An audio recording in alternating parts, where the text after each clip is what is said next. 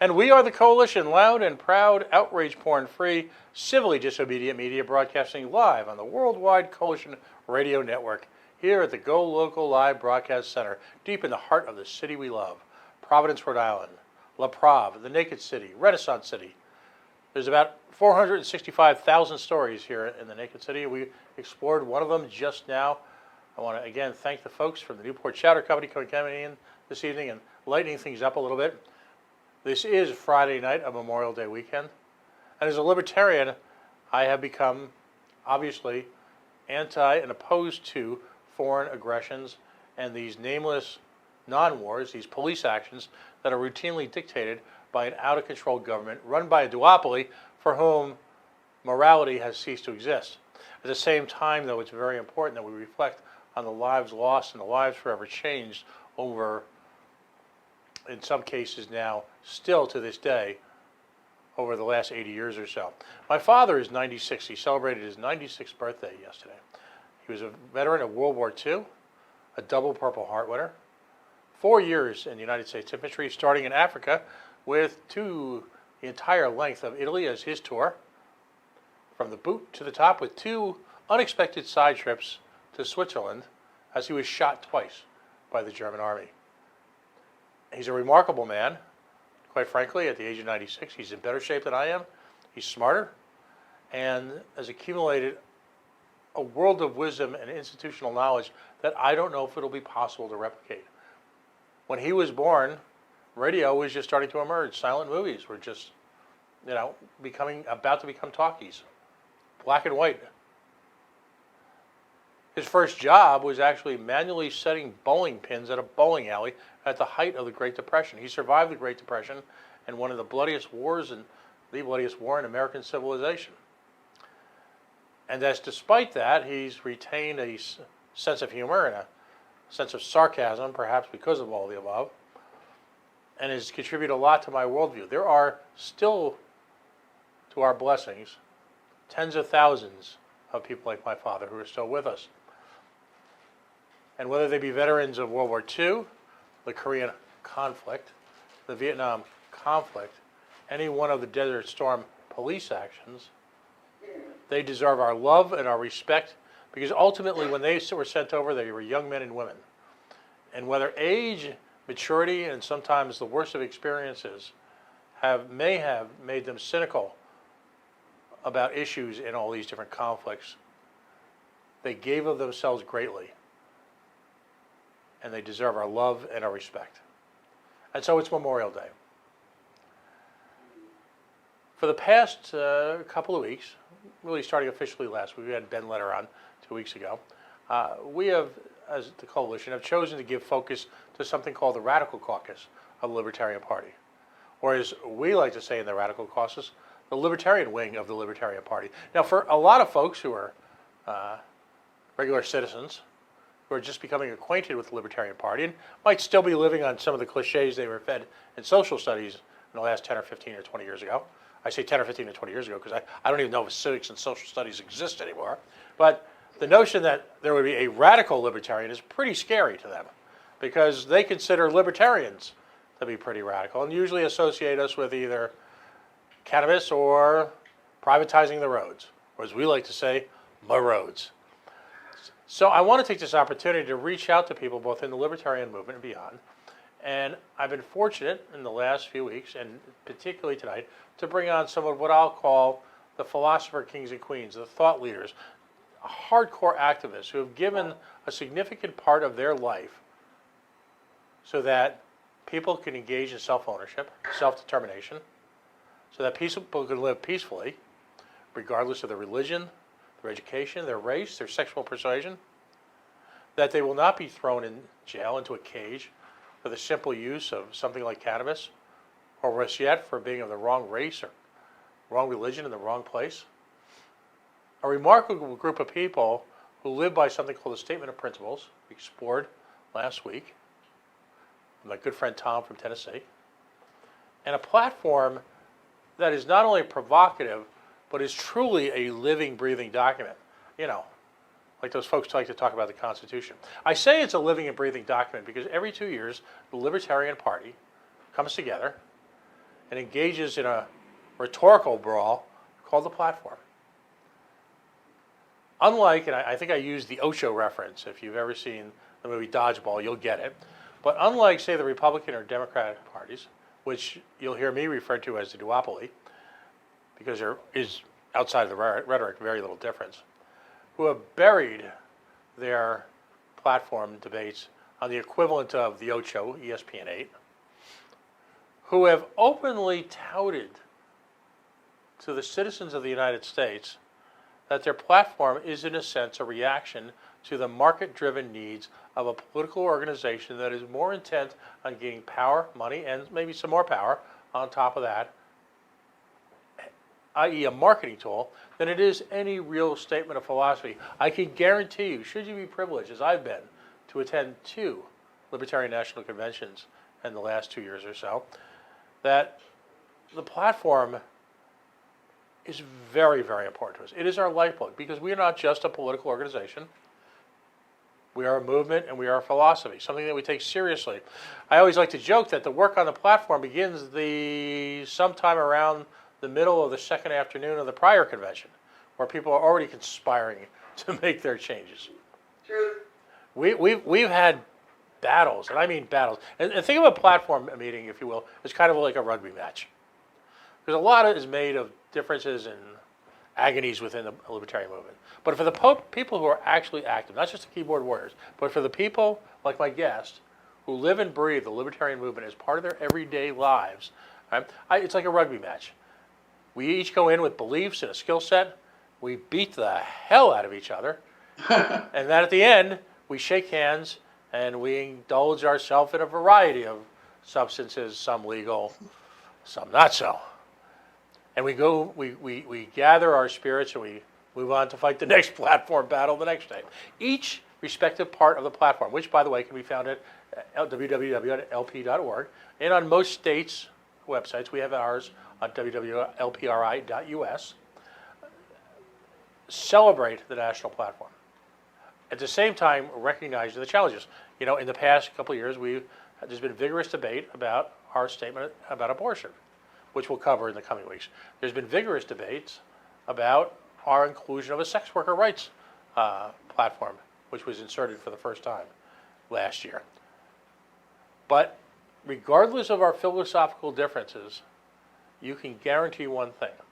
If you're a libertarian, you have a philosophy and a belief system that is impervious to considerations of day-to-day electability. That's if you're a libertarian. And at the same time, you enjoy, you revel in, you thrive on the kind of rhetorical battle, the arguments, the discussions. Think of it as that bull session you had in college. Think of it as the convention as a week-long version of that, because it literally goes all night. So with that in mind, I'm having folks on from the Radical Caucus who look through the prism of a very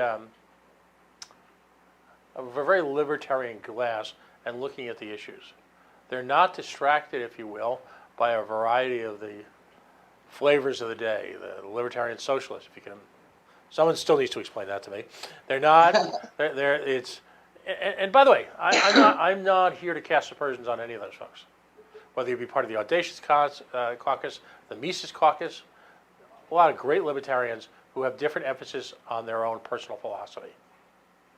But I'm here to celebrate what I call the libertarian wing of the Libertarian Party. So it gives me great pleasure to introduce for the first time on our show, and which I can't believe, I've had the pleasure of knowing her for a year, and I've known about her work for several years, so I can't believe it's the first time she's been on our show. She is a member of the Libertarian National Committee. She is a board member of the Libertarian Radical Caucus.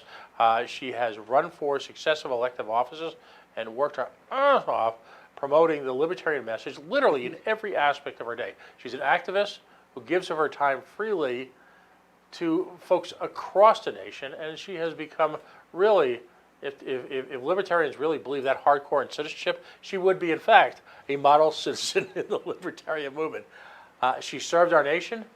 She's had a couple of respective careers, so she brings to the argument a real worldview that's not just immersed in the academic or the philosophical. She is, of course, Erin Adams, and for the first time ever, it is my pride and honor to introduce you to the coalition. Thank you for coming on tonight.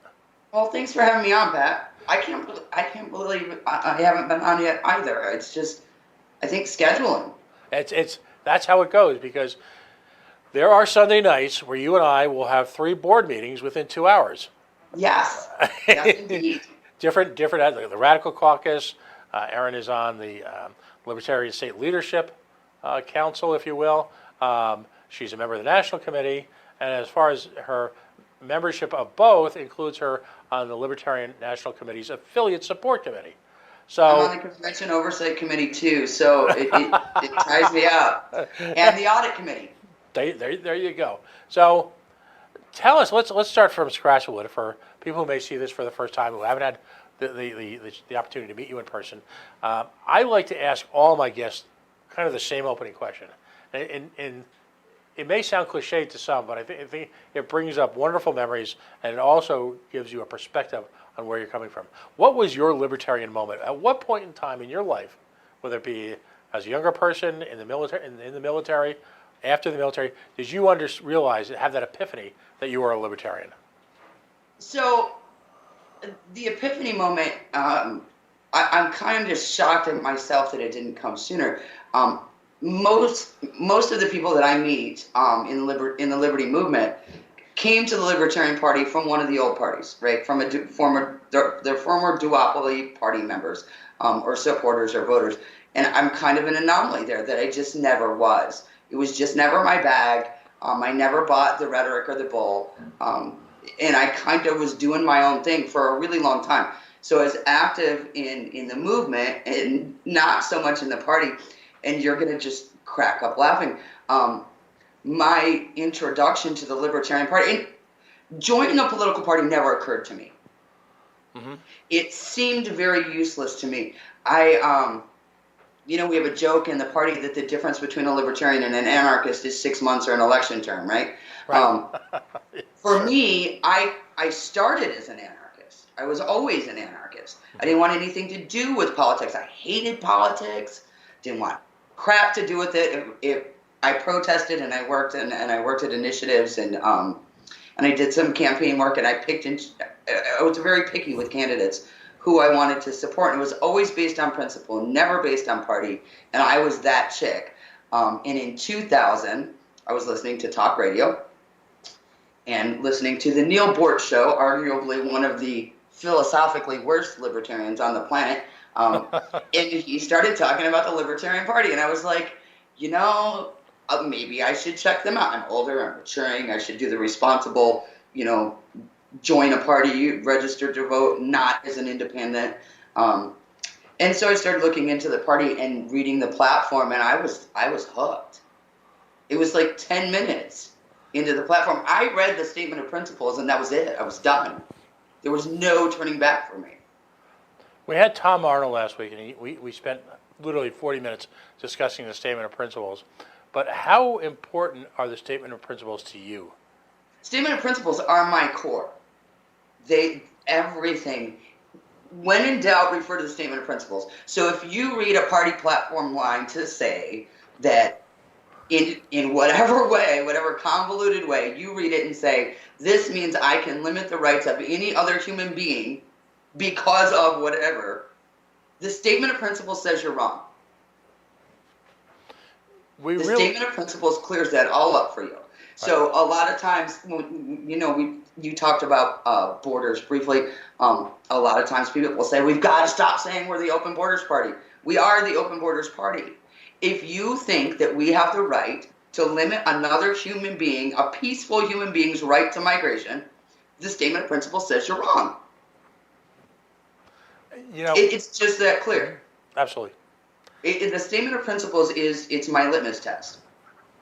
If it can't survive the SOP, I don't need it around me. Right, and as I pointed out last week at length, the SOP is so fundamental to the libertarian belief system that the only way to change a single word in it is to have the vote of 7/8 of the delegates voting at a national convention.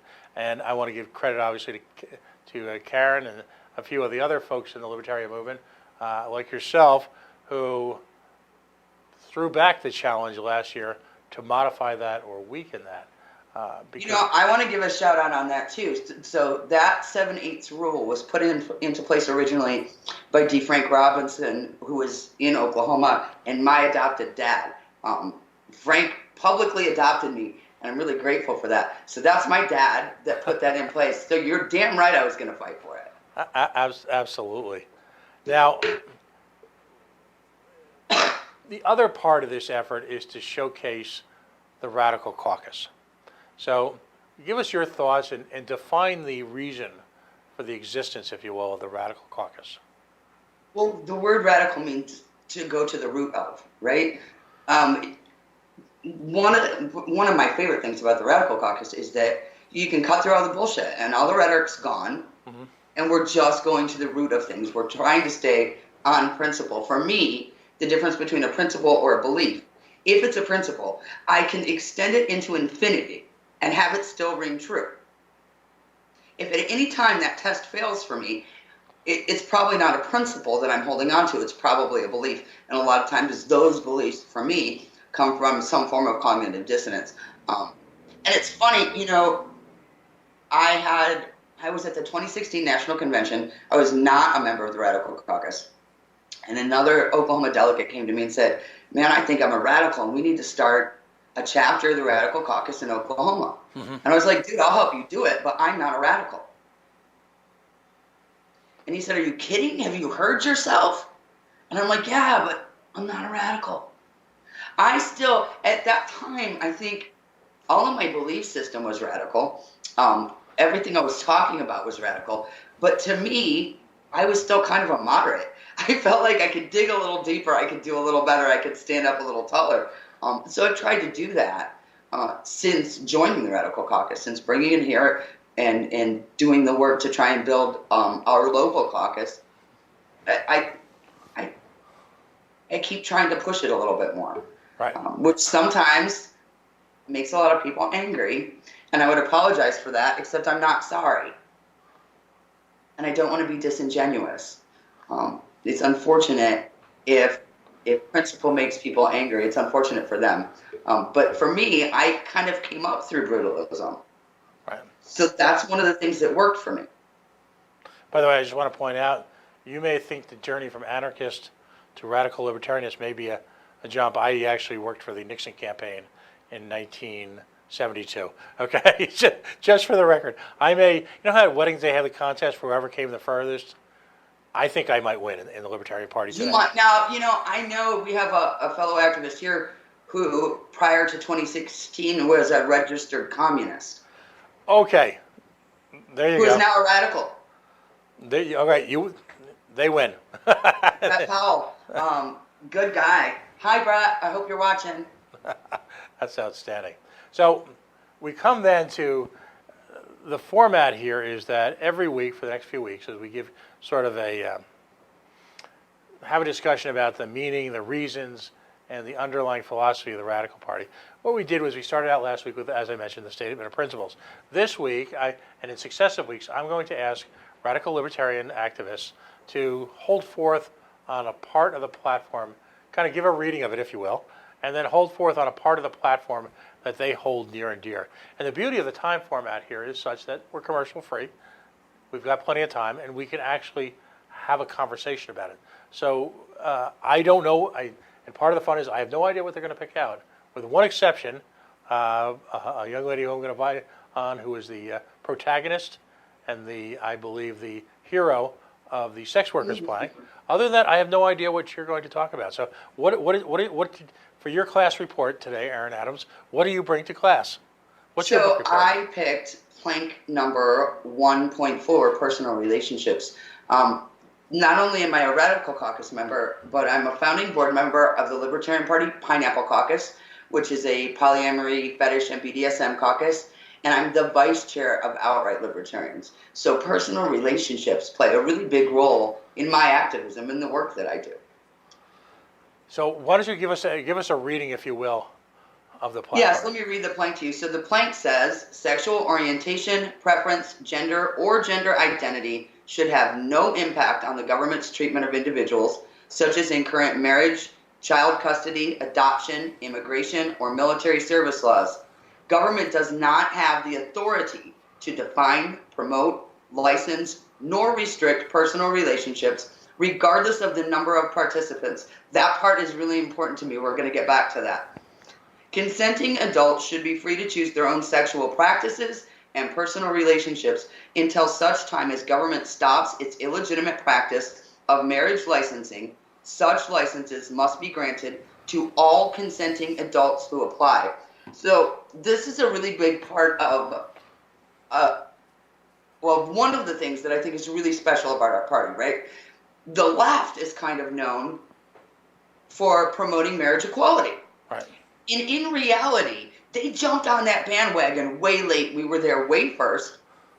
The left, the Democrats, only adopted that when they saw that it could gain them votes. They don't really care about it. They use it as a tool to get elected. But they have done very, very little to actually achieve or work toward true marriage equality. And I know that a lot of people watching are going, you're crazy, we have marriage equality, but we don't. We don't have marriage equality. We're one step closer, but we're 20 steps away. I know many, many, many polyamorous couples who cannot get married. And the reality in that is that we can't get married. Poly couples can't get married. It's 3 or 4 or 5 people engaging in a consenting relationship, a loving relationship, and legally marrying each other. That can't happen, and it can't happen, honestly, because of a corrupt tax code. It's the IRS tax code that is the biggest barrier to this, that and social stigma. Social stigma is the easier one to push back against. The IRS, they're the ones that got Al Capone when nobody else could, okay? Right. The IRS is no joke. They will come after you. And what they don't want is people having extra deductions. Because the government wants always more than its fair share, because its fair share is nothing. They always want more than their fair share of your livelihood, of your labor, and of what you earn. That's why. Consenting relationships, there are laws in every state that govern the type of sex that you can have, the type of marriages that people can have, who can adopt, who can foster children. All of that is affected largely by these marriage laws, and getting government out of marriage is the fastest solution. By the way, an anecdote to your point, well-made point about the Democratic Party. It was only a few short years ago that, as we like to call him, crazy Uncle Joe Biden, literally embarrassed Barack Obama into adopting a pro-marriage equality. He says he had fallen. Sure. And he was actually opposed to marriage equality, I think largely because of political pressure from his donor base. But there's a great video out there of Donald Trump and Hillary Clinton and, et al. Going back and forth. They supported, they didn't support it, they supported, they didn't support it. The Libertarian Party has supported marriage equality per se since its inception. Yes. As they've also opposed the war on drugs since its inception. Let's talk about our inception. Our very first presidential candidate, John Hospers, was an openly gay man. Right.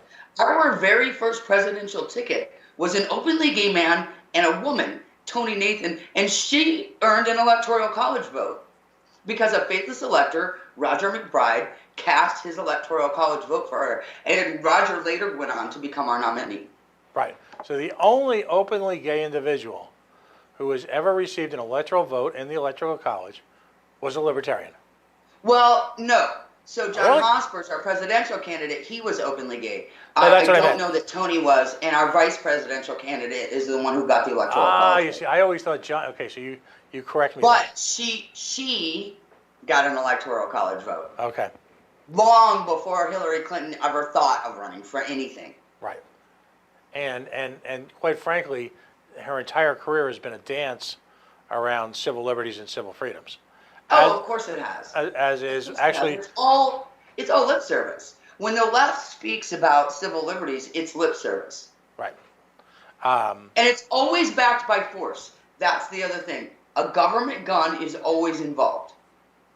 Whether we're talking about Republicans or Democrats, the government gun is always involved. And when I say that, so I use the gun test if I'm ever questioning whether or not something meets my principle.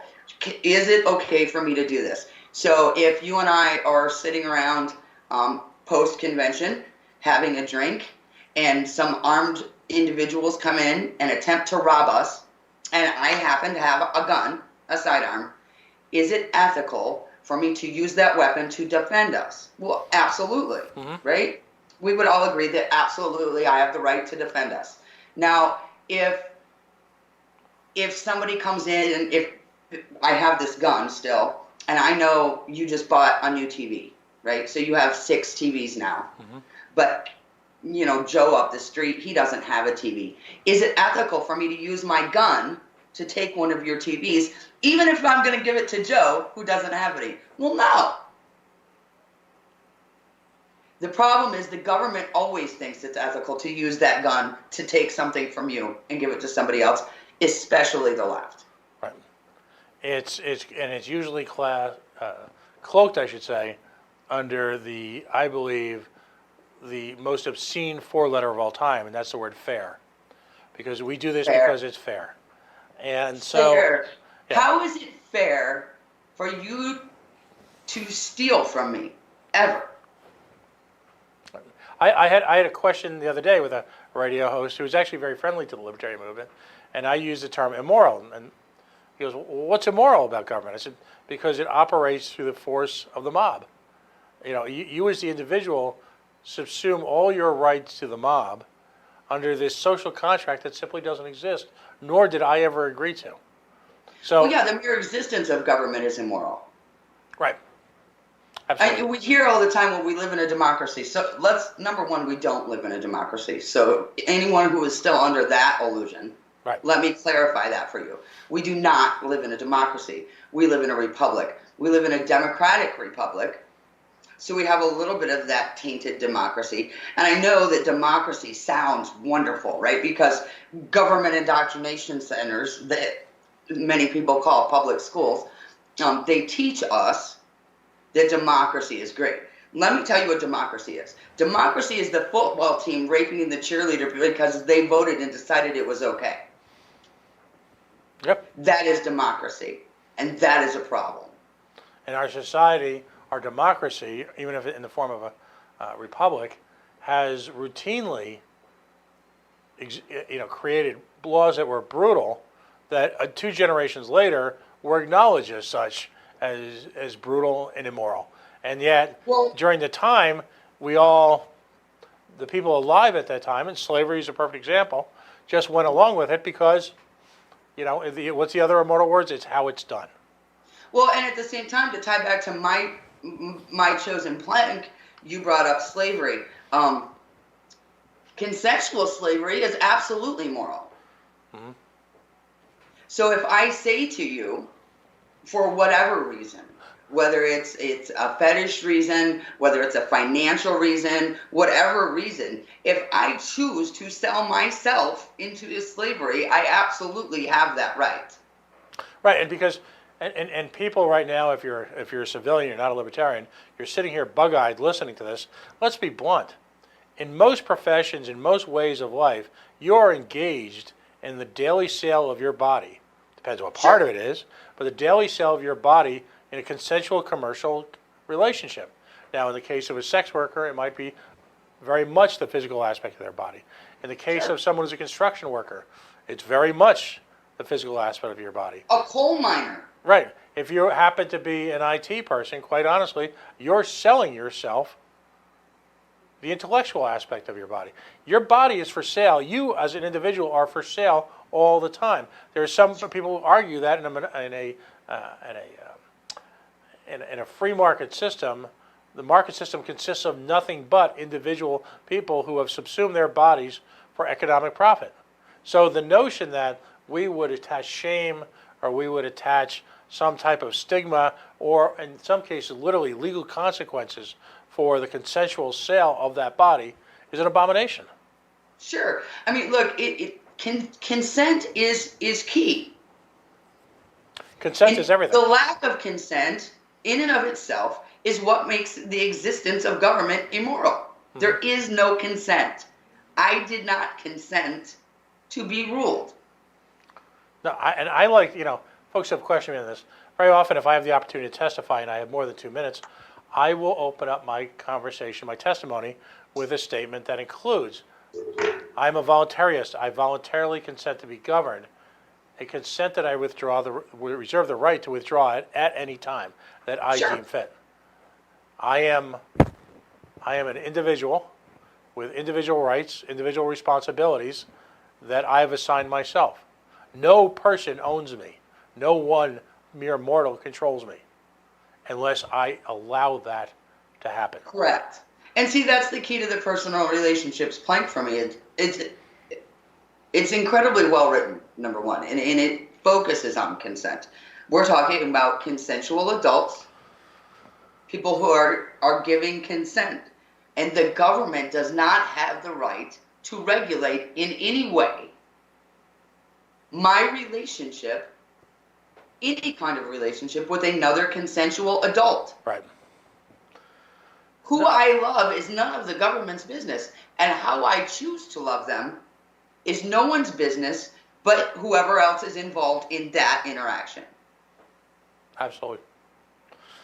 Because that interacts directly with the non-aggression principle. It does. And just so, maybe you could, if you will, recite the non-aggression principle, because we'll have some people who listen to this now or in the future who are new to the movement. We keep talking about consensual.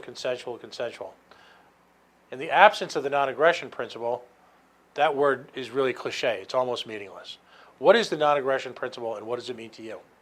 So the non-aggression principle says that one will not use force, fraud, or aggression to achieve personal, social, financial, or political goals, right? Mm-hmm. That's the basis of it. Layman's terms on that, the basic nutshell on that, right, is just the golden rule. It's do unto others, right? It's don't hurt people and don't take their things. This is stuff everybody learned in kindergarten. Right. It's the one thing government indoctrination centers get right. Don't hit your friends, don't take their toys. Don't break their stuff. We all learned this really early on. I've spent many years working with children, and it's one of those things that we teach them, right? You don't hit your friends, you don't take their toys.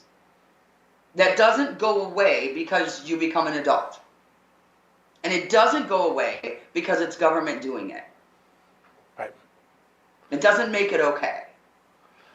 So the very notion then that your relationships bear no boundaries placed onto them by other men and women becomes philosophically valid because at the same time we pledge not to engage in fraud, force, or coercion. So therefore, if one is true to one's pledge, how could those relationships accrue harm to anyone else? And to be blunt, why is it any of their damn business? That's a big key, right? That was one of my biggest bitches about Bill Clinton during his whole impeachment, was that he didn't get up and say, guess what? Who I have sex with? It's none of your damn business. Yeah. It just isn't. It was really, it could have been that simple. And should have been that simple. Right. But at the same time, since we believe in this country in an imperial presidency, that somehow the personal behavior of a president, we've elevated to near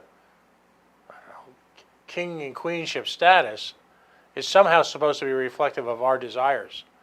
And, back in the era of Nixon, they used to talk about the imperial presidency, mainly because of the physical trappings that Nixon enjoyed. At this point in time, with Trump, post-Clinton, post-Bush, the power of the presidency remains virtually unchallenged. And as a result, we accrue to our society and our culture the notions that these people support, when in fact, quite frankly, most of it's a shell, it's a facade. Because quite It is, frankly, they're as unfortunately crazy though, as we are. many of the things that Pineapple Caucus members would be doing and engaging in their personal relationships are illegal in almost every state. In almost every state has some form of sodomy law. Even now, in many states, oral sex is still illegal. It's insane. It's insane the way that our personal interactions are governed. Right. And Things that are literally nobody's business. and what's so important about this plank is that it really drives home a central point of the libertarian movement. Republicans and Democrats are constantly placing themselves in a position where they are endorsing an act of physical behavior. We don't endorse any behavior. Simultaneously, we do not decry it either. We believe our role as a philosophy is to help you create the freedom and the personal space. So again, as long as it accrues no harm to anyone else, you engage in the behavior of your choice. We are simply respecting your personal intelligence, your personal boundaries, your personal desires to live the life in a true pursuit of happiness. Now, I would expand on that. I would say as long as it incurs no non-consensual harm, Okay, fair enough. right? Because if I don't own my body, I don't own anything. Mm-hmm. Clearly, if I don't own this, I own nothing. If I choose to harm this, that is my right. Absolutely. If I choose to allow someone else to harm this, that is my right. So when we say that the non-aggression principle says we can't hit someone, I would qualify that with you can't hit someone unless they're asking you to, right? Consent is really important, and there are a lot of people who really enjoy those types of activities. Some people like to get hit. I mean, I would say Muhammad Ali didn't have a problem with getting hit. Right. Right. Now, and nobody was upset there. Right. No, absolutely. And again, there is a prime example of a study in human brilliance, literally selling his body consensually to its own physical detriment. Every bull rider in the country does it. Yep. Yet at the same time, we allow the quote unquote, and I'll use the coalition air quotes here, the norms that have on display from a government who's got its own objectives to dictate to us what is appropriate behavior. Look, I will give you a story.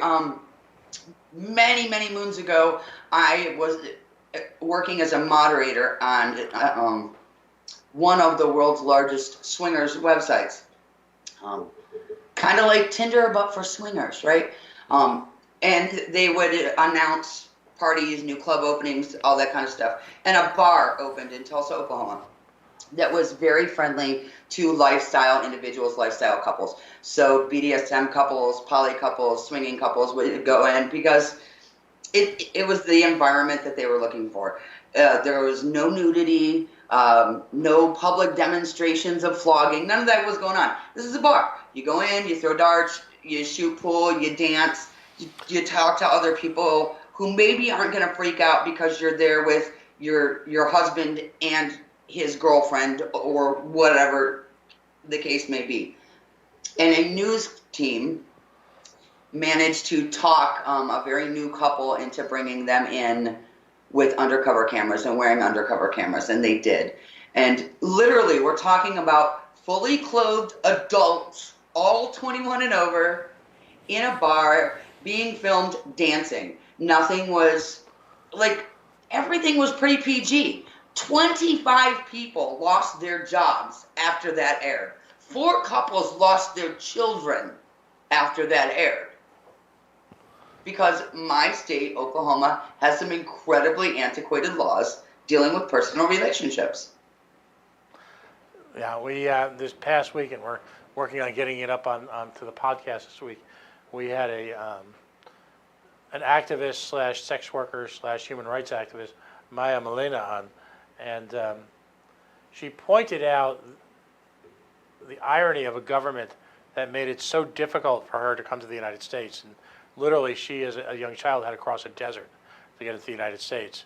Yet, when engaging in behavior, shall we say that very similar to a major athletic team owner, she in a non-decriminalized nature could cost her everything. Sure.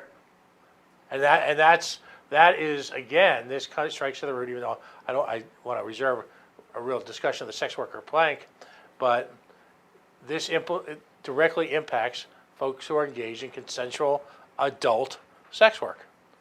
So yeah, think about this. How many young couples do you know, normie couples, right, who get engaged and they announce it on Facebook and they share it to the world and they're really proud of this, right? And they're sending out invitations to this ceremony, be it a wedding, a reception, whatever. For poly couples, for many poly couples in this country, if they were to do that, if they were to make those announcements, they would lose their children. Right. All because of a judgment made by folks with no knowledge, no real caring, because we realize what a potential death sentence it is to put a child into the foster programs here in this country, if unless they're extremely lucky. They're willing to throw all of that out the window because of the attitude that they maintain that government has a role to judge. Right. Look, I've been an activist in the fetish community for a really long time. There was a couple several years back, role play. Many monogamous, one man, one woman relationships, people venture into some role play, right? Mm-hmm. Wear your little French maid costume, whatever.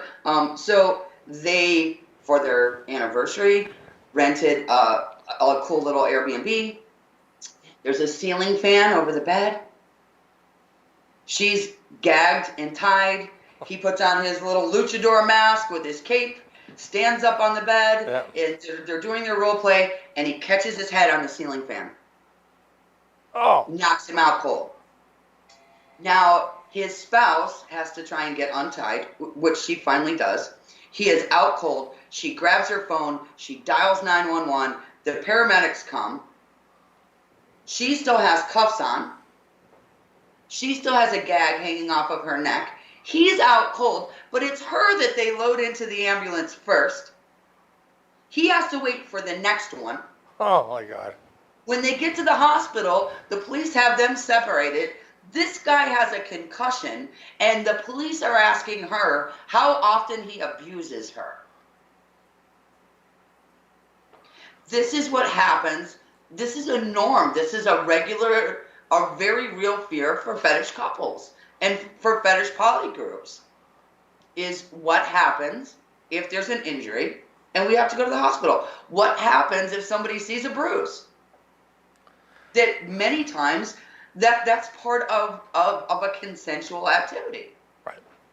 I test people when I speak about fetish activities.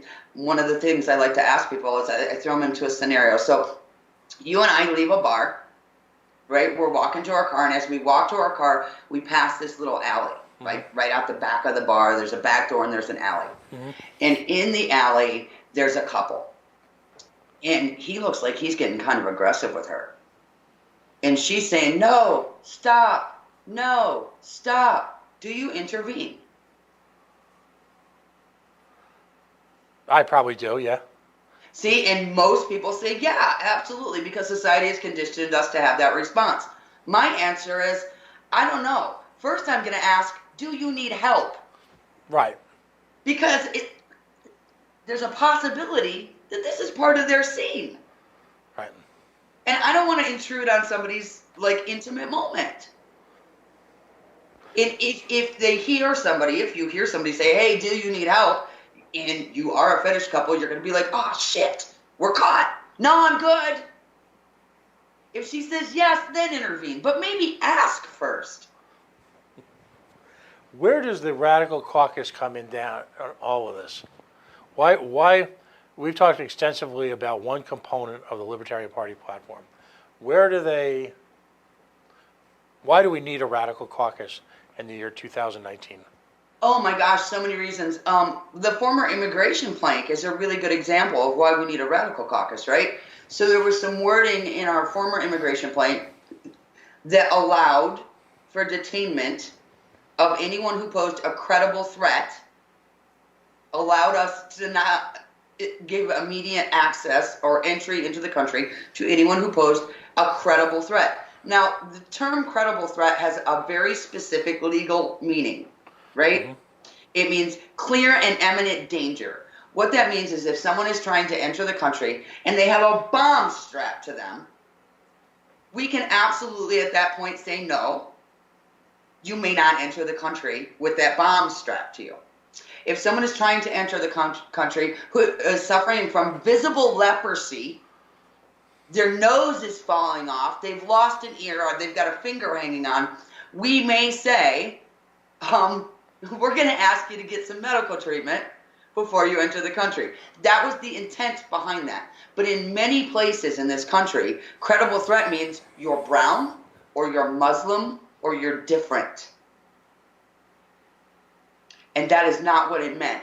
That language served as a dog whistle. And had it not been for radicals, it would still be part of our platform. Mm-hmm. And yes, that was a knockdown, drag out. And I know that people who are just checking out the party, you get on Facebook and you see bickering back and forth and you go, oh my God, these people hate each other. We don't. Let me assure you, we don't. What you see as infighting comes across that way because many times passion is mistaken for anger. Right. When you are a bystander. What you're seeing is not anger. What you're seeing is passion. You're seeing people who are very passionate about a fight for true liberty, trying to express that, and the passion is coming out. It's not true anger.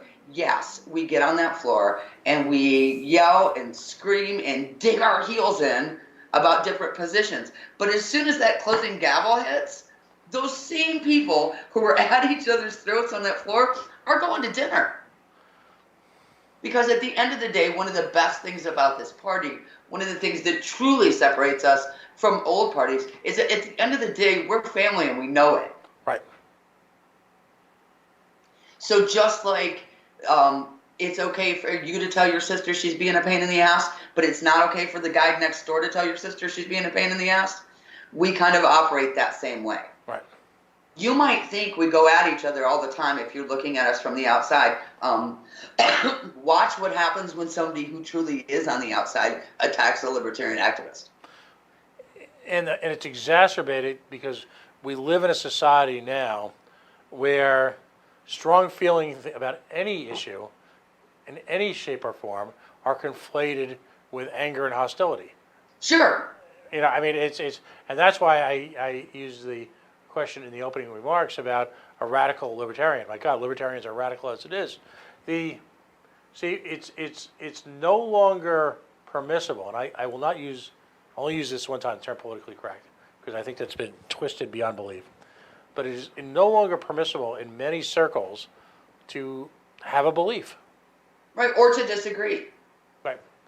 And that is the direct result of a culture which is a direct birthed by a government which looks to celebrate moderation in the middle ground because that's where the root of suppression takes place. Right, look, the goal is to turn everybody into a good little government worker drone. Right. That's literally the goal. I keep telling people that Orwell wrote 1984 as a warning, not as a fucking handbook. Right. Okay? Stop using 1984 as a handbook. It's not a guide. That's not what you're supposed to do. Right. But it's That's what's not being the done. goal. It's what's being And done. that's another reason that we need the radical caucus. Look, none of us came into our libertarianism full grown, right? No libertarian activist anywhere, I don't care what they tell you, no libertarian activist anywhere sprung full grown in their libertarianism from Rothbard's forehead. It didn't happen. It's a progression for all of us. As human beings, we all hold on to some very primitive thought processes. The way that our brains function in many ways is, at a biological level, is very primitive. Mm-hmm. Tribalism is a leftover from prehistoric time, from caveman time, right? Protect your food, protect your hunting ground. Only your tribe is allowed to be here. And it was about survival. And so that this tribalism, this collectivism that we all fall into from time to time, that's a carryover from then. It's a lizard brain thing. Every one of us is constantly progressing, and without radicals, there's nobody to hold your feet to the fire. And you don't grow without some discomfort. Absolutely. You know, right? The other thing is, and we saw this in 2016, and we still hear it all the time. We must be moderate in our messaging or we will scare people. So here's my radical response to that. When we are moderate in our messaging, undecided voters and people who are new to the LP, people who are looking at the LP and considering our candidates, why would they vote for us? When we sound just like a Republican or we sound just like a Democrat, why would that voter not vote for the Republican or the Democrat? They know they're going to win. We're the risk. And if we do not provide anything bold and original and truthful, what incentive is there for them to choose us? There isn't. And have you found personally as an activist, and when I mean activist, I'm talking about a door knocking, literature sharing, petition signing, county fair attending, marching in a parade, banner holding, late at night pizza on a Zoom teleconference, conferring activist. Okay, that's what I'm talking about. All right. Have you found as membership grown as a result of adherence to legitimate, heartfelt libertarian principles, or are we better off being just like the other guy? So look, number one, membership hasn't grown. People will tell you that our numbers are bigger. Part of the reason for that is, like here in Oklahoma, there are now, before 2016, we did not have the ballot line. You could not register to vote here as a libertarian. Today, there are right around 10,000 registered libertarian voters, fewer than 100 state party members. Okay?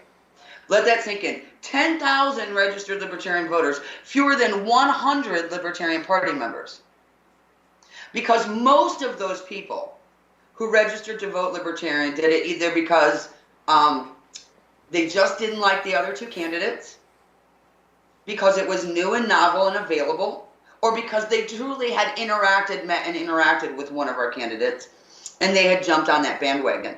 Most of them do not stay.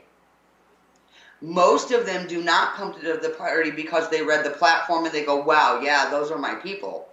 They come to the party going, I like this one thing that I heard somebody tell me that a libertarian once said. So I'm going to come to the party, I'm going to embrace that one thing, and I'm going to bring all the rest of my stuff and force them to fit my narrative. That happens a lot, right? These people that are going to come in and change the LP. Look, the statement of principles is not changing. It has been here since the beginning. It's not going away. I'll save your nonsense, save your energy. It's not going to happen.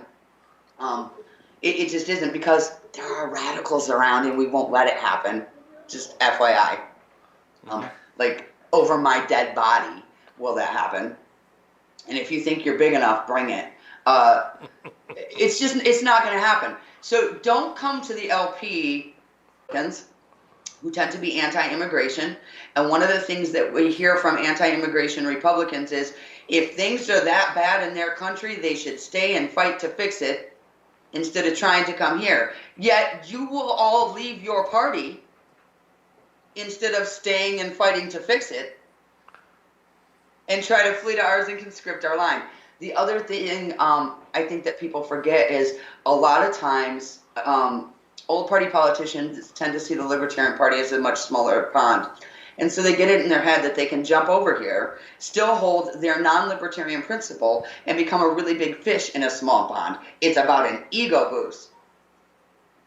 And that might work for you for a minute, but there's no longevity here for you if that is your plan. Right. I promise you. We are welcoming to anybody. If you want to come in and check us out and you want to grow and you want to learn, that's great. But just like I wouldn't come into your house, Pat, and say, wow, great place, but we need to repaint your living room walls because I really like pink better than beige. It doesn't work to come into our party and say, this is great, but you need to be more Republican.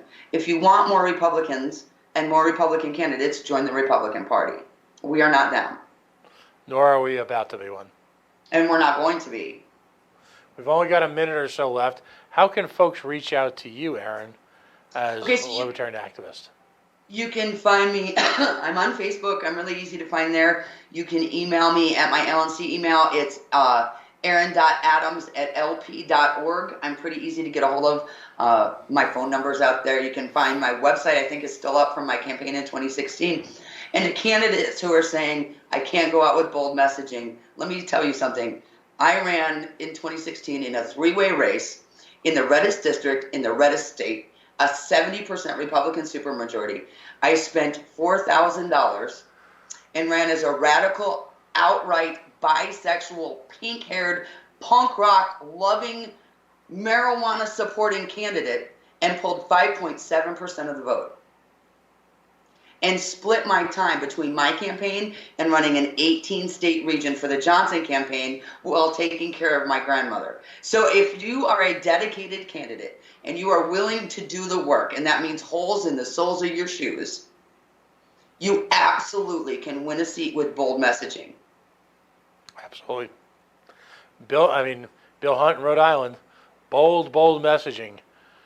Deborah Altman, New York City, just won a city council seat. Go Deborah. Yeah, absolutely. That's a great point.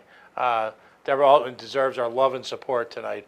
You know, it's truly a hero. If there is ever if there was ever a Mordor, a state as hell, and I'm a native of that area, it is truly It's New York, right? And here's the other thing to remember. As candidates, I've worked a lot of campaigns, okay? Lots of campaigns. Candidates seem to have it in their mindset, depending on what region of the country you live in, that I need to draw Republican votes or I need to draw Democratic votes. Do you know who won the last presidential election, who truly won the popular vote? None of the above. The didn't votes outnumbered the votes. Right. And the reason that those individuals didn't vote is because they couldn't find anything to believe in. They didn't hear anything that motivated them, that touched them, that reached them. And they didn't hear any of that because nobody gave them a radical message. There you go. Well, we got to call it for tonight. Aaron, I know you're going to be on again and again and again. Let's make this a regular thing. Absolutely. I nothing but profound admiration, not only for the level of your activism, but the successes you've realized on so many different levels in presenting a libertarian message, really not just to the country, but helping a group of people deliver it to the world. And there's a cadre of people who have the opportunity here to literally change the world. We just need more, and we need more help. And so the Libertarian Party Radical Caucus stands there as kind of a refresher course in libertarianism, kind of a gut check, if you will, a think tank, a place to kind of go and sort out your ideas, what brought you to the movement in the first place, what kept you here, and you're an integral part of it. And again, I thank you profoundly for joining me tonight. Thanks, Pat. And look, if we can give a quick shout out, to our Venezuelan Libertarian Party, the Cuban Libertarian Party, my friends of the Scottish Libertarian Party, hi, I miss you guys, I love you guys, we will talk soon. Absolutely. On that note, folks, we are the Coalition, loud and proud. As always, we are perennially outrage porn free, civilly disobedient media broadcasting live on the Worldwide Coalition Media Network. Facebook.com/The Coalition Radio, on the mighty Twitter at Coalition_radio, and of course the mothership at coalitionradio.us. If you could reach out and do a little Googling, please first of all sign up at lpri.us, take a look at lp.org, And of course, Google the site for the Great Libertarian Party of the State of Oklahoma. They need your moral, financial support. And of course, the Libertarian Party Radical Caucus, which is the reason why we are here. Take a look, keep an open mind, and we'll continue this conversation next week. Folks, we understand you have a lot of places that you can spend a Friday night of Memorial, or in the coming days. You're all very, very busy. You honor us by listening to our podcast, watching us on YouTube, or following us on a Friday night. We'll keep delivering. We'll see you next week.